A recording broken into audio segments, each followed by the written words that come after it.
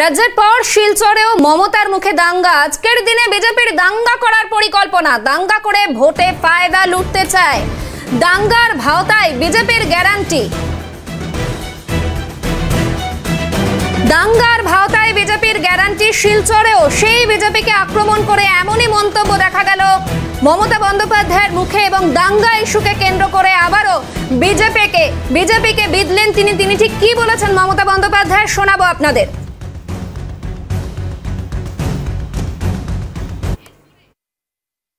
আর আজকের দিনে ওদের দাঙ্গা করার পরিকল্পনা আছে।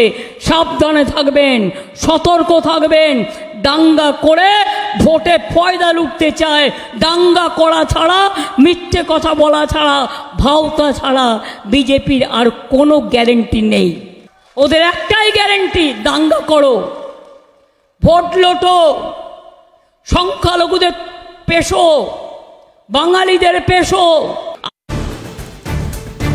মমতা বন্দ্যোপাধ্যায়ের এই বক্তব্যের পাল্টা বক্তব্য করেছেন সুকান্ত মজুমদার। তিনি ঠিক কি বলেছেন শোনাবো আপনাদের। ধর্ম হিংসা তথই বচন, অর্থাৎ অহিংসা পরম ধর্ম, সঠিক। কিন্তু ধর্ম রক্ষার জন্য যদি হিংসা করতে হয়, কাউকে কি আক্রমণ করতে যাব না, কিন্তু আমার ধর্ম রক্ষা করার জন্য যদি আমাকে হিংসা করতে হয়, সেই হিংসা আরো বেশি পুণ্যের কাজ এবং সেই হিংসা করা উচিত।